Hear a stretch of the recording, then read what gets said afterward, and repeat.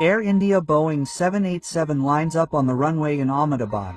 Ahead is the 9-hour journey to London. Air India 171 takes off. The plane gets clearance and runs down runway 23. But seconds after takeoff, something goes terribly wrong inside the cockpit. Take off. I didn't. And before the flight could gain altitude, its fate was sealed. To understand what really happened, we have created a full 3D reconstruction of those final moments, recreating the city, the airport, the crash site and the entire trajectory of the aircraft, by stabilizing and matching frames from every available footage. And in this simulation, we found something that does not match the version in the preliminary report at all. This is the reconstruction of Air India Flight 71, 12:30 p.m. the 12th of June 2025 Ahmedabad. Boarding begins for Air India Flight 171 bound for London Gatwick. It is one of 5 weekly flights that connect Gujarat with the UK's large Indian diaspora. On this day, there are 230 passengers and 12 crew on board, business travelers, students and families. But the plane will never reach London because by 1 o'clock the cabin doors will close and by 1:40 the aircraft will crash.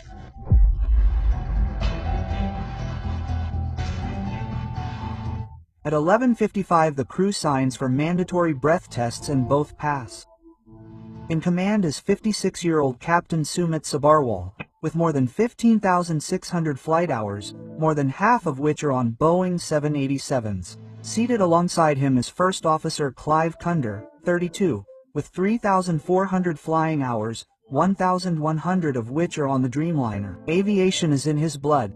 His mother flew for Air India for 30 years. This is an experienced crew, on a familiar route. But a small action in the next 15 minutes will decide the fate of this flight.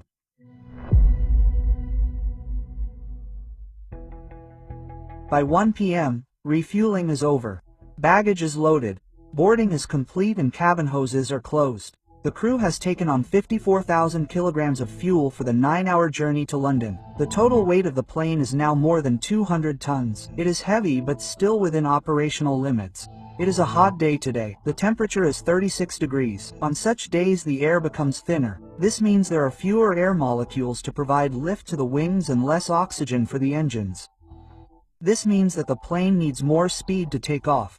And because the plane is heavy, Air India 171 will have to use the entire 3,500 meters of runway 23. But still within the capabilities of a Boeing 787. At 1:18 the plane pushes back. On the bay the captain moves both engine switches to run. Both engines start and rev with their characteristic high-pitched squeal. Air India 171 taxi and Upper PA Romeo 4 line up and wait runway 23. As the aircraft arrives on the taxiway the crew completes their before takeoff checklist. Speeds are noted: V1153 knots, VR 155 and V2162 knots. After backtracking to runway 23 First Officer Kunder executes a 180 degrees turn and brings the plane into takeoff position. At the end of the runway is the perimeter wall of the airport and beyond that starts the dense area of Meghani Nagar. Visibility is 6 kms. Winds are light, 6 knots at 240 degrees. A perfect day for flying. Air India 171 winds 240 at 6 runway 23 cleared for takeoff. Clear for takeoff runway 23 Air India 171. 137 takeoff clearance is given at 33 seconds and just 4 seconds later First Officer Kunder pushes the thrust levers forward. The plane starts running on the runway and this is where the countdown to disaster begins.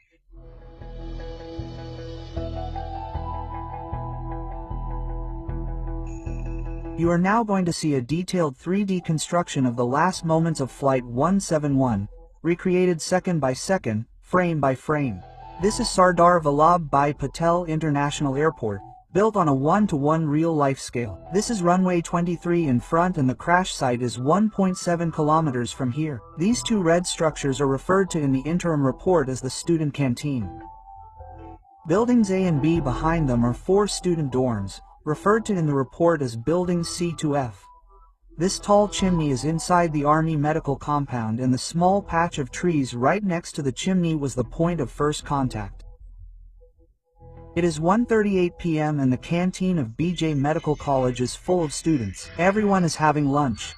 Air India 171 has just taken off and is at its highest point near the airport. Just above the airport, as soon as the plane crosses the perimeter wall, it starts losing altitude and starts deviating towards the left. This camera is placed exactly on the extended center line, and the left deviation is clearly visible from here. I will tell you my theory on this deviation later in the video. Just 1 minute later at 1:39 seconds the plane comes very close to the ground and the first contact is with some trees inside the Army Corps compound. Immediately the nose gear hits the chimney and brakes. The main fuselage is still in one piece today and the plane continues moving forward at a speed of 150 km/h. Note the plane's attitude nose is 8 degrees up. This shows that the pilots were trying to get the plane back up in altitude by pulling the control column until the very last second. They were trying to clear the buildings, but they couldn't. 1:39 10 seconds later the fuselage hits the right side building in a single northeast arc. The right landing gear and tail section take the biggest brunt of the impact. The vertical stabilizer immediately separates and falls more than 200 feet away. The tail section containing the flight recorder and emergency locator transmitter penetrates the wall of Building A at about the same time the right wing hits the roof of Building B and the fuselage breaks up as it moves forward. Pieces of this wing are later found scattered near Buildings A and B. The fuselage continues to move forward and the right engine hits a reinforced water tank on the roof of Building A. The engine mount fails and the engine is trapped behind the tank. Now most of the plane, especially the right side, is gone. What is left continues to move forward. On the left, the landing gear and the left wing hit the main wall of Building C and separated from the fuselage body. The left engine broke away from its housing due to this impact and bounced and fell straight near the ground floor of Building D, and because the plane was full of fuel, there was an instantaneous explosion immediately after the impact. A perfectly functional airplane breaks into pieces within 2 seconds. So this was the crash sequence. But the big question is what happened during the takeoff phase that caused this plane to crash? The first step in a crash investigation is to locate the two black boxes. Being a 787, there are two enhanced airborne flight recorders, EFRs. One in the forward nose section and the other in the tail. Both were found within a few days of the crash. But the tail unit, which bore the full brunt of the impact of Building A, suffered so much thermal damage that the data was unrecoverable. The forward recorder was saved. To extract data from the damaged forward recorder, AIB needs an identical working chassis in which the memory modules can be fitted and read. This is called a golden chassis. But AIB neither had the golden chassis nor the required cables. They had to import all this from NTSB US. Now imagine, a lot of 787s operate in India. Air India alone has 30+ aircraft in its fleet, yet the country's Aircraft Accident Investigation Bureau does not have the capability to download data from the flight recorder of such a common aircraft. Draw whatever conclusions you want from this. Now it's time for the simulation. I have already told you that we found something that does not match the preliminary report. But to make you trust the data, first I have to prove that our simulation is correct, and the best way to do this is to show you how we have actually simulated the flight path. To be honest, I had a lot of fun doing this and I hope you will too. We have already modeled the airport, the runway and the plane in 3D. Now we have to figure out what the actual flight path was. To recreate the flight path, we need to know how the AI-71 actually flew that day, and for this we will use this CCTV footage as a reference. The problem is that this footage is quite shaky. To make it usable, we first have to stabilize it. I did this frame by frame in Photoshop, which gives us the actual position of the plane on each frame. Now to match the 3D plane with this image, we have to look through a virtual camera that is equal to this camera. So I need to know three things. 1. Where exactly was this CCTV camera placed in the real world? 2. What type of camera was it so that I can find out the sensor size? 3. What was the focal length of the camera at that time? That is, at what focal length was this footage filmed? To find out where the camera was in the real world, I made references to this watchtower, this road markings and this gate, and cross-check them with Google Maps. If you look closely at the footage, a security camera is seen mounted on a pole, at a height of about 15 feet. Our camera was probably also mounted on a similar pole at around the same height. After that I used a tool called F-Spy, which I triangulated and found the exact location of the camera here. The second step was to know what type of camera it was so that I could find out the sensor size. From the footage we come to know that it is a PT camera. After searching on YouTube for a long time, I found a close-up footage of Ahmedabad on a channel of Elite Aviation in which this camera is clearly visible.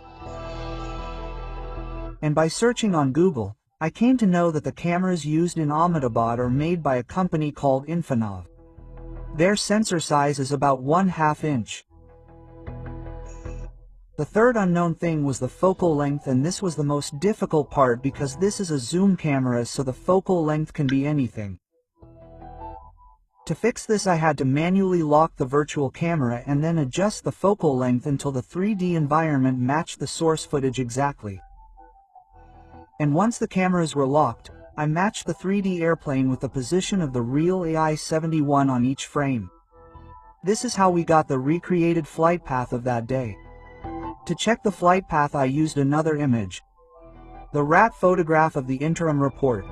With this camera I got a very good match with the ground plane, background terminals and this tower.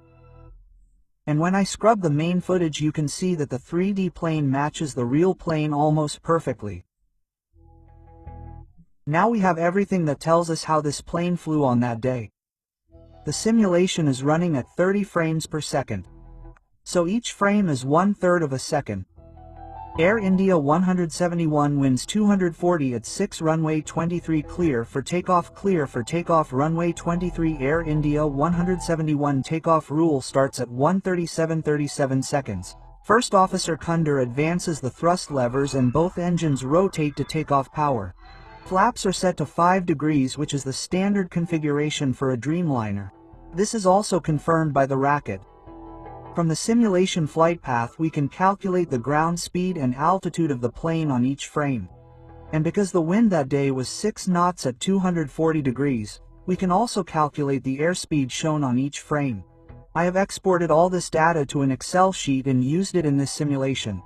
Now we start looking at the timeline according to the official report, and later I will introduce my findings and raise some questions.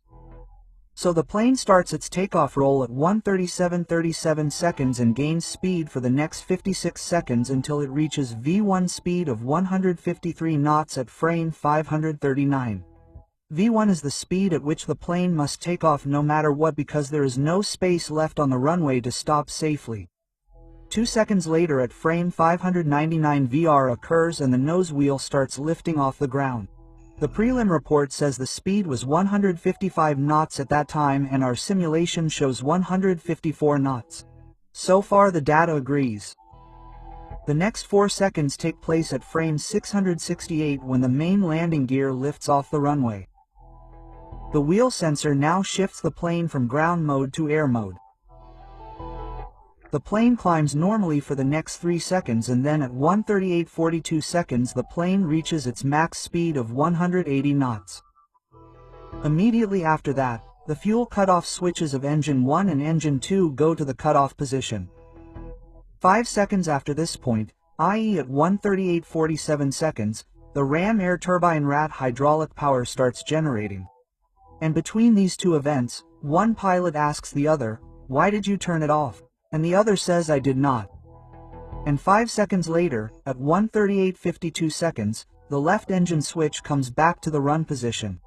Then after 4 seconds, the right engine switch also returns to run, and immediately after that at 1:39:05 seconds, a made-a call is given. So the prelim report says that all this happened that day. I want to draw your attention to this frame 758. Especially on these 3 events. The report says that the plane reaches its max speed of 180 seconds and immediately afterwards both engines go to the cutoff position. But think logically, if the engines stop, then the speed should stop after that and not before that. This plane was accelerating at takeoff thrust, and takeoff thrust is the maximum power of the engine. In such a situation, I find it strange that the report claims that the max speed was reached before the engines cut off, and this was the reason why I started simulating this crash, and the simulation further confirmed my doubts. According to this simulation, when the plane rolls on the runway, the sim speed matches the interim report perfectly, at 180 knots till frame 758. But after that, instead of slowing down, the sim plane keeps accelerating for the next 5 seconds. By frame 900, the speed increases to 196 knots. And due to the momentum of takeoff, the plane gains attitude till frame 1100, up to about 230 feet. As soon as the fuel is cut off inside the jet engine, the thrust immediately decreases. Whatever high-pressure gases are left in the engine, they flush out within a second, meaning this residual thrust was not pushing the plane forward. I have thought a lot about this, but till now I have not found any explanation as to how the engines were accelerating even 5 seconds after they were shut down. And most importantly, why does the prelim report say that the max speed engines were hit before the cutoff? I am leaving this question for the experts. What could be the reason for that 5 seconds IES rise after fuel cutoff? So I want to hear from you. And now comes the fuel cutoff switches. What exactly happened here? To understand this better, we have to look at 4 different theories. First theory: someone inside the cockpit intentionally moved the switch to the cutoff position. Second theory: someone in the cockpit accidentally moved the switch to the cutoff position. Third theory: some software feature tripped the switches and they automatically moved to the cutoff position without pilot input. Fourth theory: the switches never went to cutoff and some other system of the plane switched off the engines. Let's start with theory 4. This theory says that the switches never went to the cutoff position and the engines failed due to some other reason. But this theory does not hold. To understand, let's take a simple analogy. Your vehicles also have a black box. Imagine your car is running. If you turn off the ignition key, the black box records 2 things. Ignition off equal to true, engine off equal to true. But if the fuel runs out and the engine shuts down on its own, only one thing is recorded. Engine off equal to true. The ignition key entry does not come because you did not touch the key. The same logic applies to Boeing 787. The entry in the black box of this flight is clear. The fuel cutoff switches moved to the cutoff position. And the most important thing is that if you look at the wiring diagram, there is a single data line called RDC. This line goes directly from the physical switch to the flight data recorder. Its only job is to record the actual physical position of the switch. Every second the flight computer checks the status of the switch and records it. This 1 second is called the sampling frequency. So if the recorder says cutoff is equal to true, it means that the switch was physically in the cutoff position. This is not a software trick or false signal. This is a direct mechanical reading. This means we reject theory 4. The switches were actually moved to cut off. Now let's move on to theory 3, that a software feature automatically tripped both the switches and sent them to cut off without any pilot input. This refers to TCMA for thrust control malfunction accommodation. This is a software feature that automatically reduces the thrust of the engine or completely cuts off the engine if the system detects that the power has exceeded the safe limit. This has happened once before with an all-nip on Airways 787, but that happened during the landing phase and the plane landed safely. So the question is, did TCMA shut down the engines of Air India 171? Let's look at the wiring diagram again. These cutoff switches have a data connection and a relay circuit which has only true or false status. But there is no wiring that can move the switch to the cutoff position by software trigger. And one more thing, TCM does not work through the fuel switches in the cockpit. Rather, it directly closes a high-pressure shut-off valve inside the engine which immediately stops the fuel supply, and once this valve is closed, the pilots cannot open it again. A maintenance reset is required for this. This is exactly what happened on ANA 787. The pilots were not able to restart the engines and the plane had to be towed to the gate. But in the case of Air India 17, we know that the engines were restarted later. That means if the root cause was in the TCM, the engines would not have restarted. So we can reject theory 3 as well. And now comes the matter of theory 2, accidental activation. These switches have 3 different safeguards to prevent accidental activation. First, the switch is spring-loaded, so it has to be pinched and lifted against the pressure of the spring. Second, guards are fitted around the switches so that hands do not accidentally touch them. And third, there are mechanical stops near the base that prevent the switch from moving accidentally. Now imagine, if somehow an accidental movement had taken place, I would have expected that only one switch would have moved accidentally. I find it difficult to understand that both the switches could have been activated accidentally in a gap of 1 second. So I reject theory 2 as unlikely. And now comes the matter of theory 1. The most common claim in the media is that moving these switches manually and that 2 in a gap of just 1 second is completely impossible. I don't know where this theory started, but look at this video. Fahad Naam clearly shows that it is completely possible. This is a theory against which I have no strong argument. Let's quickly discuss why the landing gear was not retracted, which became a point of great discussion in the media. To retract the landing gear, the pilot monitoring has to first confirm that the plane is achieving a positive rate of climb. That means the plane is gaining altitude without any issue. Only then is the gear now called and the gear retracts. But if the first engine started slowly on frame 758 and at that time the plane was just 55 feet above the ground, then this was not at all enough time to verify that the plane has achieved a positive rate of climb. So the gear call was never given and the gear remained out for the entire flight. I want to talk a little off script. This is about the 2 black boxes and the emergency locator transmitter, ELT. Now the ELT is a device that sends a radio signal as soon as a crash occurs so that the rescue teams can locate the crash site, like it happened in the cases of Germanwings 9525 or MA370. They tried to trace the crash location on the basis of the signals from the ELT, but in the case of Air India 171, the ELT did not work at all. There is only one line written in the preliminary report: ELT never activated. If the ELT did not work, there could be 2 reasons for it. First, the pilots may not have armed the ELT.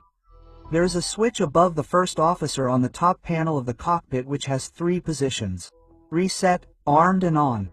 If the ELT is left on reset, it will not work.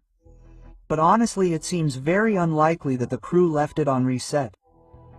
The other and more likely explanation is that because the ELT was mounted right next to the rear black box, it suffered the same damage as the rear black box. And that disturbs me. The black box and the ELT are designed for the same purpose: to survive a crash. And this crash was a low-speed, low-altitude crash. Yet both of those devices, whose sole job was to survive the crash, failed. I sincerely want to know what the final report answers. This simulation is an honest attempt to explain what actually happened that day as much as the available footage and preliminary report allow us to. For me, it was also a learning exercise and something I want to share with the community.